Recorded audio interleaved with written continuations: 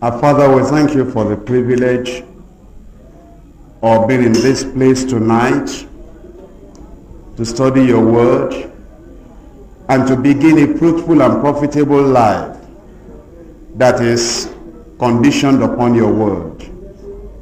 Father, we're asking that the much we will hear from your word today will instruct us, and it will teach us. It will open our eyes. It will draw us closer unto the Lord.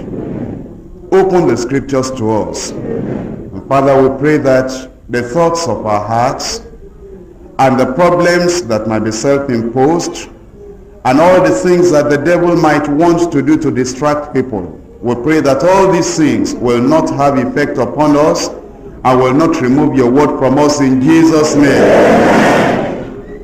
Help us so that we can get the full benefit from the teaching of tonight. In Jesus' name we pray. Amen.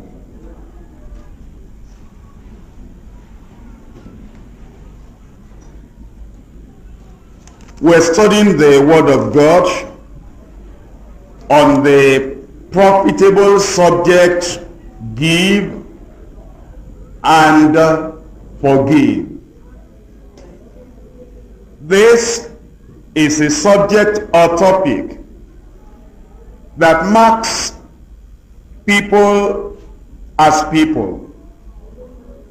The trees of the forest do not have the ability to be friendly, to love, to give voluntarily, and then to forgive. Animals do not have the ability in their relationship one with another to be instructed, to be taught on giving and forgiving. But we, who are human beings, who are supposed to live together, who are supposed to worship God, who are supposed to be submitted to God, must get into our lives the principles of giving and forgiving. We're particularly looking into the life of Joseph in the book of Genesis. In Genesis chapter 43,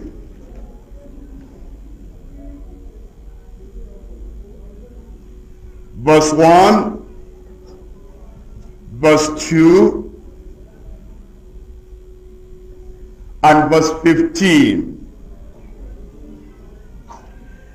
And the famine was sore in the land, and it came to pass, when they had eaten up the corn which they had brought out of Egypt, their father said unto them, Go again, buy us a little food. Verse 15. And the men took that present, and they took double money in their hand, and Benjamin, and rose up and went down to Egypt, and stood before Joseph. The famine that occurred in Egypt did not only occur in Egypt, but in Canaan and in many parts of the world at that time. Just like at this present time in Africa and in the world, there are places where there is serious lack of food. A place like Ethiopia has been visited with such a condition. A part of Kenya has also suffered from this type of difficulty. And information reaches us that it's a difficult situation in Ghana as at the moment. Before the Ghanaians were told to leave Nigeria, there has been terrible scarcity of food. And when the Ghanaians and other West African people who are not having resident permit were told to leave, it is estimated that approximately 1 million people have got into Ghana who are Ghanaians. And before they got there had been terrible famine, no food at all, until a bag of gari will cost 2,800 cedis, an equivalence of about 600 naira here. But even apart from the famine that had been there, and something happened that is very, very terrible. Fire broke out in many, many parts of that country and burnt up some little things they even had remaining. In such a condition like that is real famine, and that is real difficulty. It is good that as a nation we continue to look up to God. We continue to serve God, because when a nation draws nearer to God, things will be better in the nation. But if we forsake God, things can be terrible physically and spiritually. So at this particular time, there was food in Egypt because of the grace of the Lord that has manifested itself through that young man, Joseph. But reading more about this famine in Genesis chapter 41, verses 56 and 57. And the famine was over all the face of the earth, and Joseph opened all the storehouses and sold unto the Egyptians, and the famine waxed sore in the land of Egypt. Verse 57 is important. And all countries came into Egypt to Joseph for to buy corn, because that the famine was so sore in all lands. There is a word that I do not want you to miss in that verse, and that is the word sow, S-O. The famine was so sore in all lands. What is the significance of this word sow? Now if you turn to the New Testament, John chapter 3. John chapter 3. I am looking at verse 16. For the word sow, the importance of that word. For God so loved the world that he gave his only begotten Son, that whosoever believeth in him should not perish, but have everlasting life. The word sow also appears there, and that means that was special. It was great. It was marvelous. It was a spectacular love. He so loved. Whenever that word, small word, is used, it means that it is the highest kind, and it is very deep in Acts of the Apostles. Chapter 14, I want you to see the significance of the word sow. Verse 1, Acts 14, verse 1.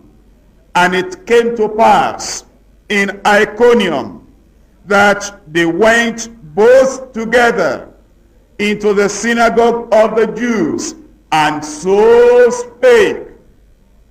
They spoke, but they so spoke It was a moving speech. It was great. It was high. And it was very deep. And they so spake that a great multitude, both of the Jews and also of the Greeks, believed. So then, if you look at the word sow in Genesis 41:57, the famine was so sore in all lands. It was a great famine, a terrible famine, a type of famine that they had not seen before. In all those countries, it was terrible on all the people there. But then, by the gracious provision of the Lord, there has been food in Egypt. In the book of Genesis, chapter 42, verse 2. Genesis 42, verse 2. And he said, Behold, I have heard that there is corn in Egypt. Get you down thither, and buy for us from thence, that we may live and not die. Genesis chapter 43, verse 2. And it came to pass, when they had eaten up the corn that they had brought out of Egypt, their father said unto them, Go again, buy us a little food. It is so wonderful that the Lord has so made it in the world that when a country lacks something, there is a provision of that thing in another country. It is so wonderful that when there is no rain in a particular area of this country, the Lord so does it in a wonderful way that there is rain in another part of the country. So that when there is scarcity in one area, there is abundance and supply in another. How wonderful it has been sometimes when you were cooking and you suddenly realized there was no salt at home and you couldn't go to buy, but with a neighbor there is salt. How wonderful sometimes when night has gone from the house and you do not have matches with you and there is nothing to give you light. How wonderful to know that what you don't have, other people have. And it happened like that in this case, that when they had no food, there was supply of food in Egypt, and they needed to go and buy food. But then the situation was more serious than that.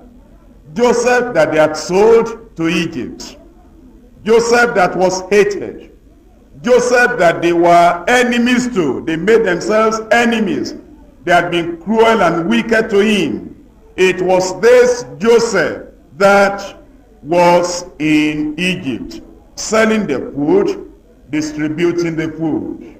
How have you felt sometimes when you did not have salt at home, and the only person that had salt in the community, you are not on talking terms?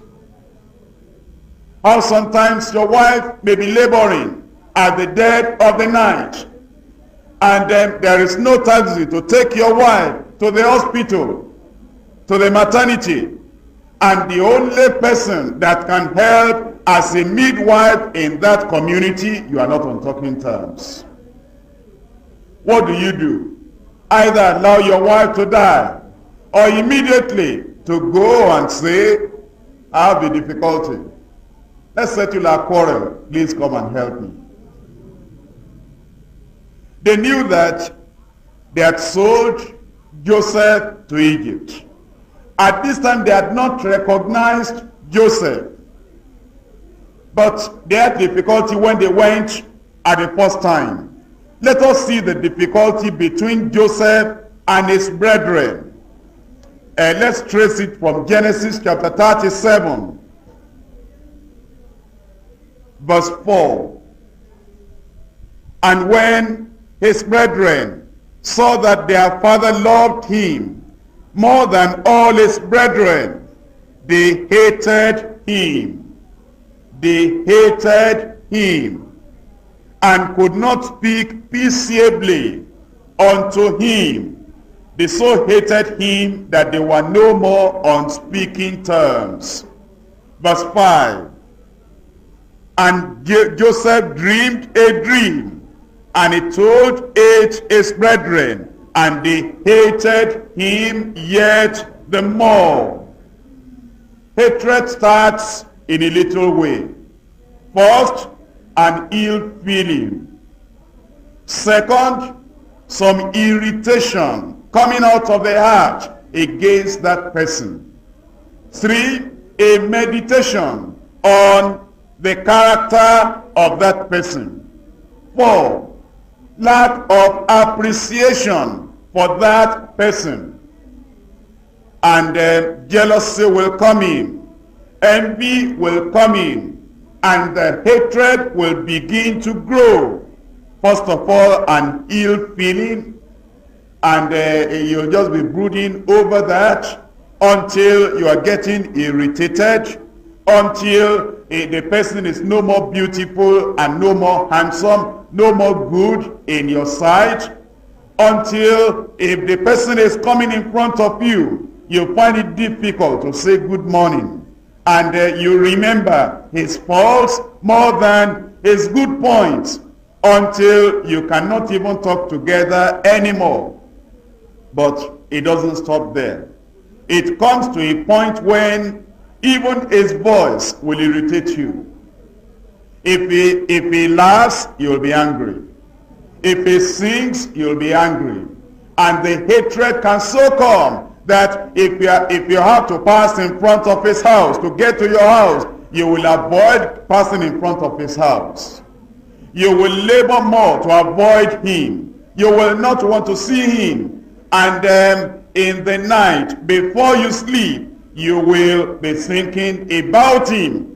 And when you sleep in the night, you will dream that he is planning to kill you. Your hatred will affect your dream. You'll be fighting in the dream. You might be in the farm in the dream, and you will see that he is trying to get on your farm. You may see your dream, he is trying to get your wife. He is not getting your wife, he is not getting your property. You were meditating on the hatred before you slept, and therefore now in the night it is coming up. But it does not stop with your dreaming about the hatred. During the day, you will be looking for how you can revenge, how you can do something that will show him that you don't like him. You will be watching for an opportunity to blow that thing upon him that is in your heart, to show that you hate him, he is worthless, he is no good, and that you can never be friends. The brethren of Joseph, they hated him. In verse 8, Genesis 37, verse 8, and his brethren said to him, shall thou indeed reign over us, or shall thou indeed have dominion over us? And they hated him yet the more for his dreams and for his words.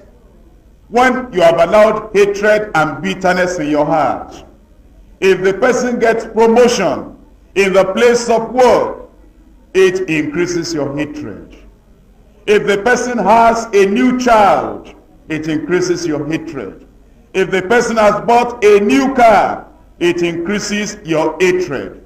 If you happen to be a pastor, and the other person you hate is a pastor, a Christian worker, if the person gets the sick healed, if the person gets more people into his congregation, it increases your hatred. Envy will come up. jealousy will come up, wrath will come up, backbiting will come up, and whispering will come up, gossiping will come up as a result of the hatred. Let a little hatred come in. It will affect your blood system. It will affect your outlook. It will affect even the very thoughts of your heart. From verse 18. And when they saw him afar off, even before he came near unto them, they conspired against him to slay him. Conspiracy will follow hatred. And they said one to another, Behold, this dreamer cometh. You will give a nickname to the person you hate. When you hate somebody, you'll gossip. You'll backbite. You will show the hatred and the envy and the jealousy. Then you cannot call him his normal name anymore. If you call him his real name, you will call him that name with a particular style that brings reproach, that shows that you don't like him. If you call him sister, you'll say sister. If you call him brother, you'll say his brother. Now, a nickname will come up. Everything he does will be evil in your sight. You can call him a dreamer. It's a hatred. Even when you call him preacher, that preacher, you are calling that preacher in a particular tone and particular intonation because of the hatred. And in verse 20, come now therefore, and let us slay him, and cast him into some pit, and we will say some evil beast has devoured him, and we will see what will become of his dreams. That's what they were jealous of, his success. Those who hate, do you remember anybody who is already blind and a beggar on the road? Nobody is jealous of him. Nobody gossips about him. They don't hate him anymore. After all, he is down and he cannot be lower than that.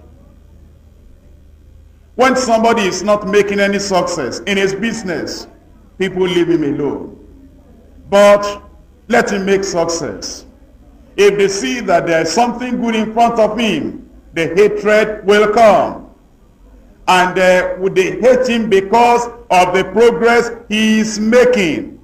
And he said, we will see what will become of his dream. And in verse 23, and it came to pass, when Joseph was come unto his brethren, that they stripped Joseph out of his coat of many colors that was on him. His coat of many colors, that is the first sin they touched. Why? Look at verse 3. Now Israel loved Joseph more than all his children, because he was the son of his old age. And he made him a coat of many colors. And when his brethren saw that his father loved him more than all his brethren, they hated him. They had been jealous of that coat for a long time. And the moment they got opportunity, they removed that coat. That was the first thing they touched. Then they wanted to touch his life as well. Eventually, they sold him. This is what had happened. And as a result of this hatred, Joseph had been sold into Egypt. And Joseph had suffered very much. But now, it was the turn of Joseph either to hate back, to strike back, to manifest wickedness towards them, to revenge. But we thank God for the grace in Joseph. And I'm praying that the same grace that was in Joseph will be in every one of us in Jesus' name. Amen. In Genesis chapter 43, verse 15. And the men took that present and took double money in their hand. And Benjamin and rose up and went down to Egypt and stood before Joseph. And when Joseph saw Benjamin with them, he said to the ruler of his house, bring these men home and slay and make ready, for these men shall dine with me at noon. We're looking at the grace and the spirit and the tenderness and the goodness and the benevolence of this young man called Joseph. You'll begin to see his actions of love, his tenderness of mercy, his compassion coming from a gracious heart. He saw them. They did not know him. They did not recognize him. He recognized them. Christianity is not what we say. It's what we do. To show whether we have grace or not, it's not how we profess. It is what we possess. To say that we belong to God is not manifested in how many times we say, Lord, Lord. Jesus said, why call ye me Lord, and do not what I say? You call me Lord, and obey me not. You call me light, and you see me not. You call me the way, and you walk not in me. You call me bread, and you eat me not. You call me wise, and you ask me not. You call me rich, and you do not get from me. You call me master, and you do not submit to me. If I condemn you, blame me not. Why call ye me Lord, Lord, and do not the things that I say? It is not how many times we say we are Christians or we are believers. It is what we do. Let's look at the love that Joseph manifested. In verse 17, and the man did as Joseph bade, and the man brought the men into Joseph's house, and the men were afraid. They didn't have the love of God. Joseph wanted to help them, to give them something. He had forgiven them, but they were afraid. Because they were brought into Joseph's house. And they said, because of the money that was returned into our sacks at the first time, are we brought in, that he may seek occasion against us and fall upon us, and take us for bondmen and our asses. They had suspicion. When you have hatred, you are suspecting that what you have done to the other person is trying and planning to do it unto you. There is no suspicion in love. There is no fear in love. In 1 John chapter 4, 1 John chapter 4, verse 18. There is no fear in love, but perfect love casteth out fear, because fear has torment. He that feareth is not made perfect in love. Don't you suspect your husband? That's because there is no love. Do you not suspect your wife? That is because there is no love.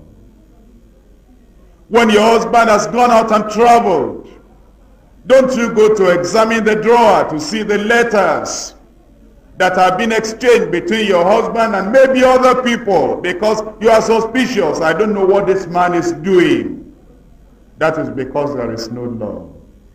When your wife has gone to visit her parents, the mother and the father, if she has spent 3 hours instead of 2 hours, are you not already saying, well, maybe she's talking to them about me? Are you not suspicious? That is because there is no love.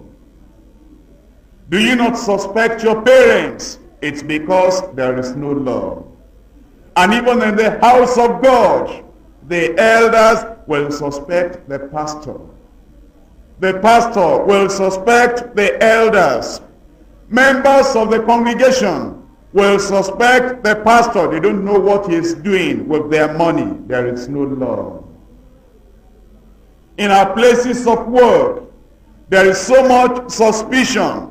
And if that man is going out, he'll watch everybody. And there are some people who cannot sit down on their chair in the office without scrubbing it well, looking underneath the chair, looking at everything. Who came there, who touched the chair when I was not here? Suspicion. But there is no fear in love. When you love, you'll be free at heart. When you love, you'll be open-minded. When you love, it will be easy to give and to forgive. If we have not been loving, if we have been suspicious, if we have been looking at other people as if they will harm us, even when they are trying to do good unto us, then it shows there is no love. No love. But now, let's see the love of Joseph. I'll read the passages unto you, but let me just go through and tell you how we know that Joseph manifested love.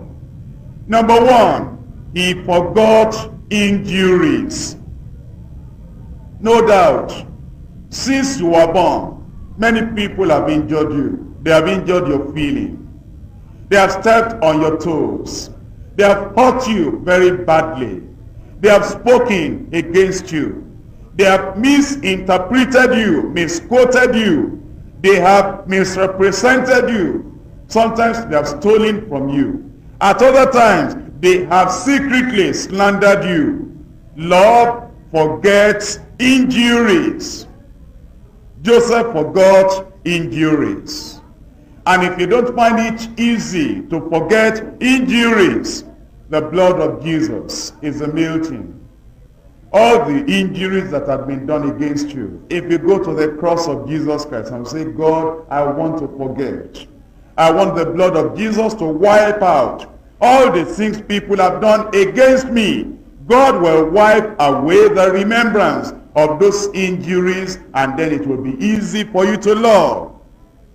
He forgave like God. After forgiving them, he was willing to bless them. Do you see that he was willing to eat with them? Husbands and wives who cannot eat together have something wrong in their love. They cannot sit together on the table and look at one another in the face. That's because of the lack of love. Now, if you're married, since when have you eaten together with your husband? 5 years? 10 years? If you cook for your husband, you put the food on the table, and you say, there you are, Mr. Hungry. You don't know anything more than food. You will not give money. You will not take care of the children. Anyway, I'll be helping you. I will heap coals of fire upon your head. The Bible has said, if your enemy is hungry, feed him. If he's thirsty, give him water. I will give you. I will give you water. I will give you food. It will be fire upon your head. But when there is love, you'll be able to sit down and you'll be able to eat together. If you're husband and wife and you are here tonight and for years you have never eaten together, when you get back home today, forgive one another. And say, why are we fighting against one another? We're the parents of these children. We brought these children into the world together. Now let's start tonight. We have heard the message. Let's forgive one another, and we're going to start by eating together. Then love will forgive like God. Love will give freely and without grudge. Love will make provision for intimate fellowship. And love has no suspicion. Love is hospitable and helpful. Love is tender and kind. Love is generous. And we see all this manifested from Joseph to the brethren who had offended him. He forgot injuries.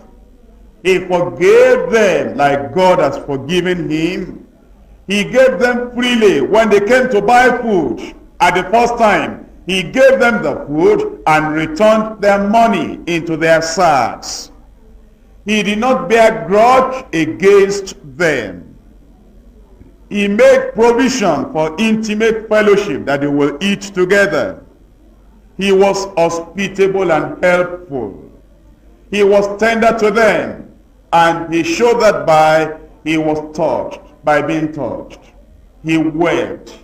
He cried. Later, when he revealed himself to them, he kissed them. And he was very kind. He was very generous unto them. Look at Genesis chapter 45. Genesis chapter 45, verses 5 and 6. Now therefore, be not grieved, nor angry with yourselves, that ye sold me hither, for God did send me before you to preserve life. They were feeling guilty and condemned. And he told them, don't feel guilty. I love you. Don't feel guilty. I do not have any grudge against you. Do not feel guilty. I do not remember anything you have done against me. I believe that it is God who sent me here. I believe that all things work together for good for them who are the called of God, who are called by God, according to his purpose. God sent me here before you to preserve life. Verse 6. For these 2 years has the famine been in the land, and yet there are 5 years. And yet there are 5 years, in the which there shall neither be airing nor harvest. He did not want them to just be coming and going to buy food. He told them, with the next 5 years, the famine is still going to be serious. Rain is not going to fall.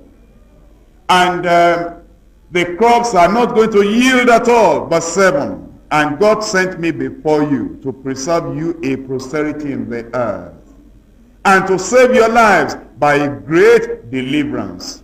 So now, it was not you that sent me hither, but God. You'll put the best construction on the actions of people when you actually have love. And he has made me a father to Pharaoh, and Lord of all his house, and a ruler throughout all the land of Egypt. Haste ye, and go up to my father, and say unto him, thus says thy son Joseph, God has made me Lord of all Egypt. Come down unto me, tarry not. And thou shalt dwell in the land of Goshen. and thou shalt be near unto me for fellowship. Thou and thy children, and thy children's children, and thy flocks, and thy herds, and all that thou hast. And there I will nourish thee. For yet there are 5 years of famine, lest thou and thy household and all that thou hast come to poverty. And behold, your eyes see, and the eyes of my brother Benjamin, that it is my mouth that speaketh unto you. And he shall tell my father of all my glory in Egypt, and of all that ye have seen, and ye shall haste and bring down my father hither. And he fell upon his brother Benjamin's neck and wept. And Benjamin wept upon his neck. Moreover, he kissed all his brethren and wept upon them. And after that, his brethren talked with him. All this time they couldn't talk. They were tied. Their hatred bound them. Their fear put them into bondage. But by the love of Joseph, by the tears of Joseph, by the fellowship of Joseph, by the affection that Joseph manifested, he untied them. You see, when you hate, you tie other people. But when you speak in love, when you speak in mercy, when you speak in tenderness, you loose them. You set them free. Now, do you love? Do you give? Do you forgive? Now, there are aspects of our giving. One, we must give to our enemies.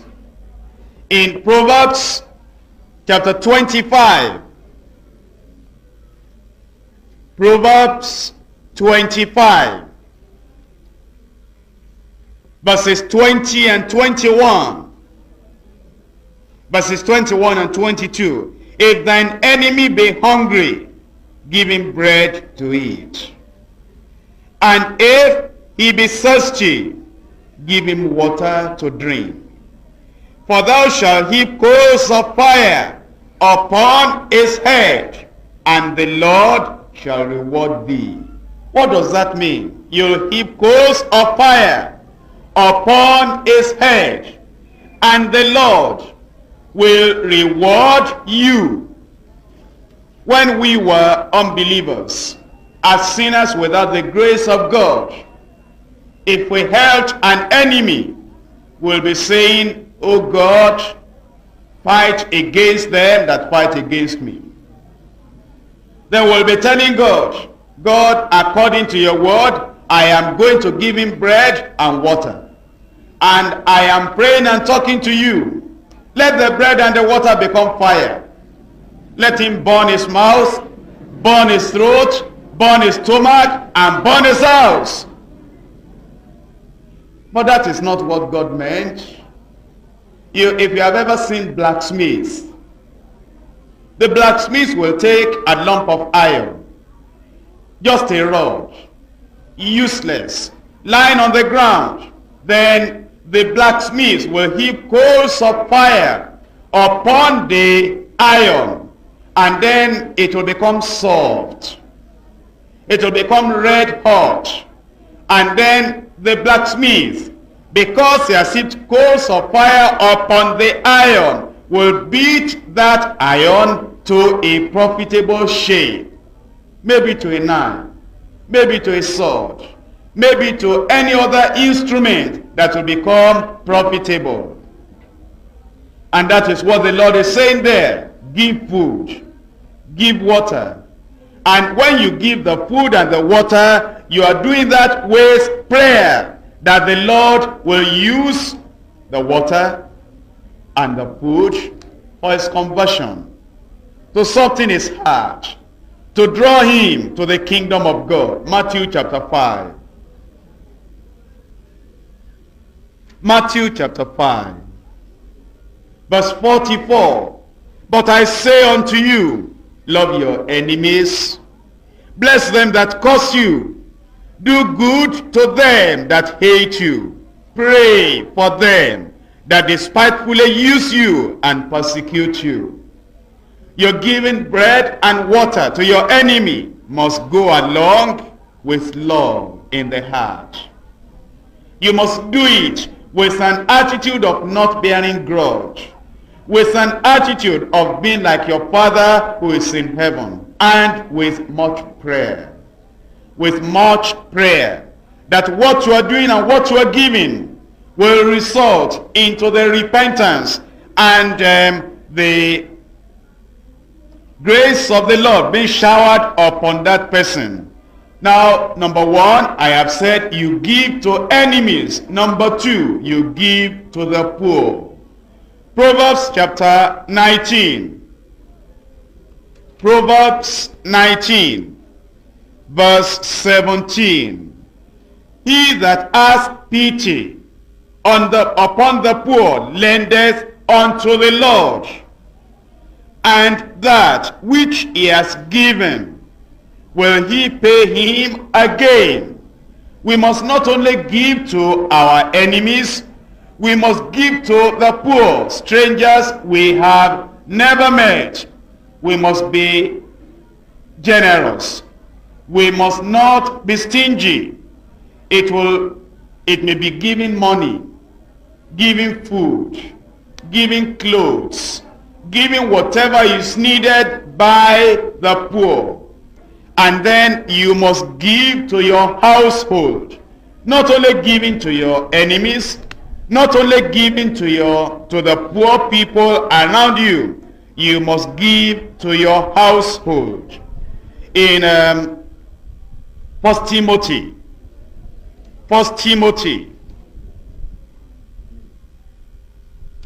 chapter 5, verse 8.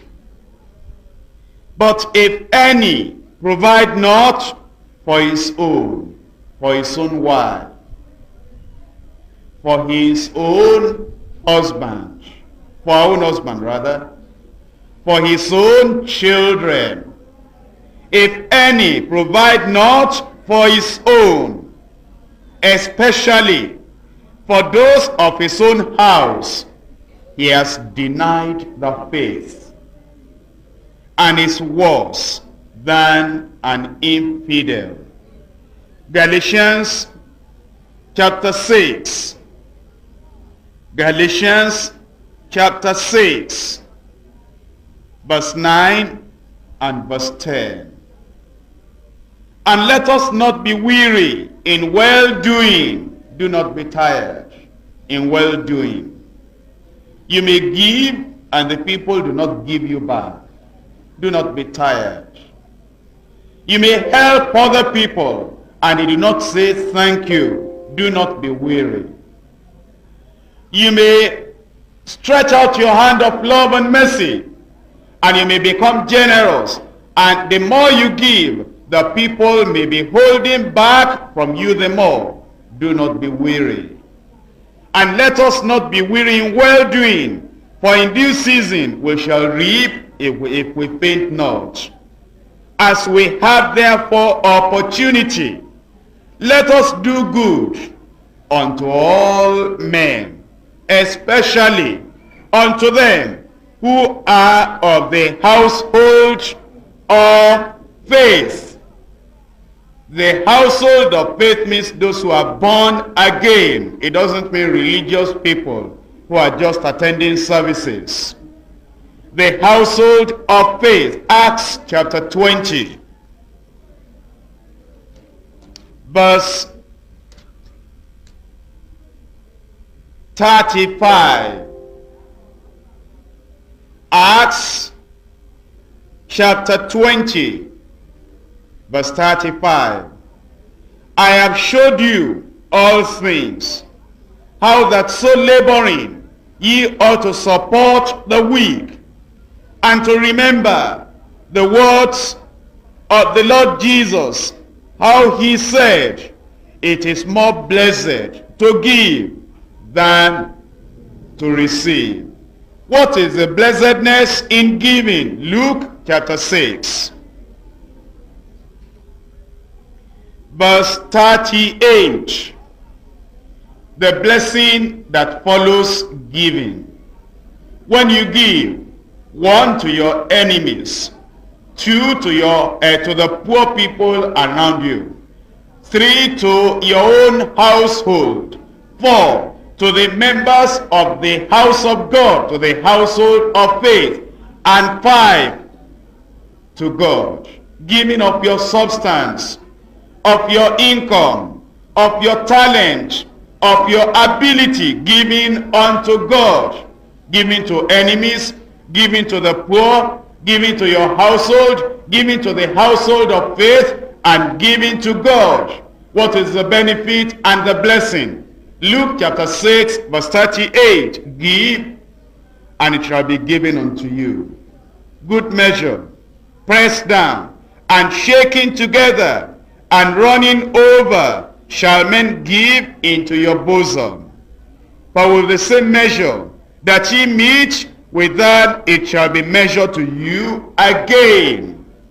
But then it's not only giving on personal basis, it's also giving in a collective manner in the house of God. 1 Corinthians chapter 16. 1 Corinthians chapter 16, verses 1 and 2. Now concerning the collection for the saints, as I have given order to the churches of Galatia, even so do ye. Upon the first day of the week, let every one of you, there is none that is so poor that should not give. Everyone should give. Let every one of you lay by him in store, as God has prospered him, that there be no gatherings when I come. Then we must forgive. In Luke chapter 23, we see the example of Jesus Christ. Luke 23, verses 33 and 34. And when they were come to the place which is called Calvary, there they crucified him and the malefactors, one on the right hand and the other on the left. Then said Jesus, Father, forgive them. Father, forgive them. He was still suffering. The pain was still on. The nails were still in his hand and feet. And the blood was still dripping down his body. The agony was so much. Darkness was coming upon the face of the earth.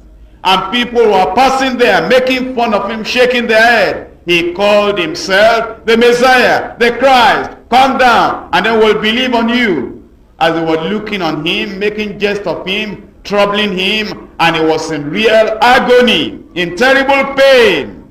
At the time of that pain, he said, Father, forgive them, for they know not what they do.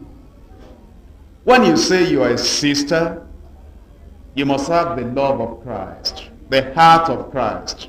In places where there is no teaching of the word of God, the pastor is always settling quarrel among women. They will talk and talk. For hours, they'll be talking, trying to make the other lady to see that, well, these are normal things in life. Just overlook it and forgive. And if you have lost your salvation, you'll be bearing grudge. You'll be bitter. You'll be irritated. You can be members of the choir together, but you cannot help one another. You cannot sit down together. You will say, well, I don't have anything to do with so and so. There'll be no fellowship. There'll be no friendship. And we'll have to be settling quarrels between men. They'll be fighting on, he has taken my fiancée. I was the first one to pray. And I got the will of God on that lady. And look at it now. And he has gone to the pastor and has said, well, and they want to marry that person. All right, we'll fight it to the last. And that marriage, they will not enjoy it. And if it's where they know how to get black medicine, immediately they are having the marriage, he'll be walking up and down the country looking for juju to harm those people. And if they don't do that, if he was in the choir, he will leave the choir. If he was working for God in that assembly, he will leave that place and say, well, they are taking my wife. He'll be bitter. He'll have irritation. But while Jesus was suffering on the cross, he said, Father, forgive them. They know not what they do. In Ephesians chapter 4, verse 32, Ephesians chapter 4, verse 32, and be ye kind one to another, tender-hearted, forgiving one another, even as God, for Christ's sake, has forgiven you. That's the measure of forgiveness. You'll forget all the injuries. You'll forgive your enemies. You'll forgive your wife. You'll forgive your husband. When two people are living together, they will offend one another. Even though we are born again, even though we are saved, you will offend one another. Husband and wife, you know it. There are times that you want to have fellowship with your wife at night, and your wife is not quite ready, and you are bitter. In the morning, you will not talk. You go to the place of work, you are really hot, on fire. Fire of hatred, fire of bitterness. Before you come back from the place of work, you go to a canteen and you eat well. That foolish woman, I will not touch her food. And then eventually when the second day comes, because of what happened last night, if there are 2 rooms in the house, you go and make the bed in the other room and you sleep there. And your wife said, well, husband, are you not coming to sleep here tonight? Don't trouble me. I will carry my cross. I know it's 7 I am going. If I don't have wife, I will know I don't have wife. Forgive one another. It may be on the discipline of the children.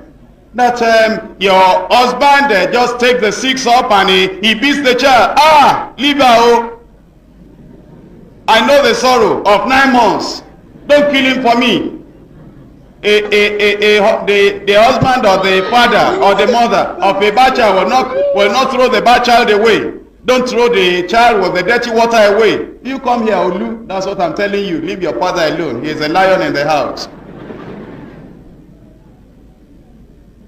We must not get into disagreement on the discipline of the children.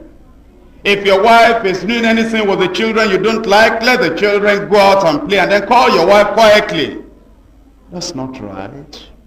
Don't treat the children like that. Or if your husband is too hard on the children, instead of shouting and crying and then taking the child and saying, don't let your father kill you. I know him. He will be gentle and good to others, to even the servants and to children outside. But when it comes to his own children, he wants to kill you. Don't say that in front of the children. When your husband is rebuking the child, even if you don't agree with the method of rebuke, support your husband. After the children have gone out to play, then call your husband. Don't you think, my husband, that we should be more gentle with these children and take care of them so that they do not fear us and they will love us and we can then correct them in the proper way when the children have gone out. But whatever has been happening in the past, forgive one another. And then forgive your neighbors. Forgive your relatives. Forgive your co-tenants. Forgive your workers. And here tonight, even though we're Christians, there are times we have offended one another. Brother so-and-so was not patient with me. Sister so-and-so was not considerate for me. Did not consider my weakness in what she did. And when two sisters are living together in the same room, there are times one of the sisters may be reading Bible and the other one is the one always sweeping the ground. Now if you are not careful, you'll become bitter. I know how to read Bible also. Okay, if the house is going to be dirty, let it be dirty. Forgive one another and talk it over with one another.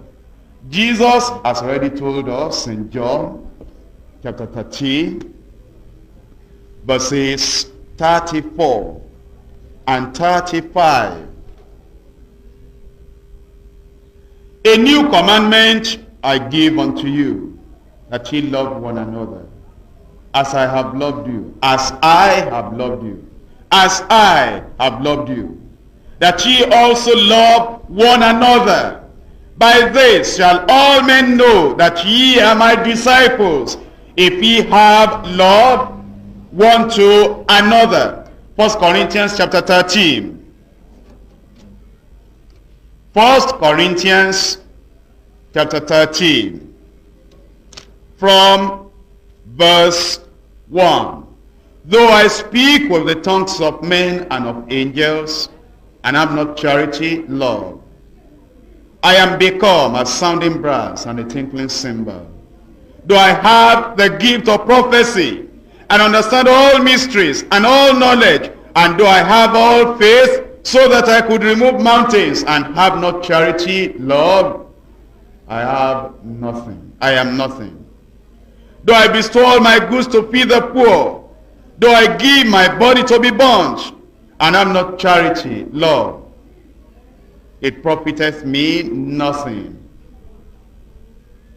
Love suffereth long, never complains. Love is kind, never harsh. Love envieth not, benevolent. Love vaunteth not itself, humble. Love is not puffed up, lowly. Does not behave itself unseemly, is comely. His behavior is comforting. You like to be with him. Seeketh not her own, not selfish. Is not easily provoked. He will not get into anger. Thinketh no evil. He cannot hold malice or bear grudge. Rejoiceth not in iniquity. Is not watching for the downfall of anybody, but rejoiceth in the truth. Is happy when you are successful. Beareth all things. He can endure. Believeth all things. Hopeth all things. Endureth all things. Charity never faileth. When money has failed, and you don't have money to give him, charity never faileth. When you cannot give him what you have been giving him before as a wife to the husband, charity never faileth. When you cannot give her what you've been giving her before as a husband to the wife, charity never faileth. When the pastor is teaching the word of God and the word seems to be hard that day, charity never faileth. And when you have to get into an activity that is very tiresome in the work of God, charity never faileth. In all conditions, at all times, every moment, in the home, in the church, in the office, anywhere that we are, charity never faileth. All else will fail, but charity will endure forever. If we have it, we will give, we will forgive. Let us pray.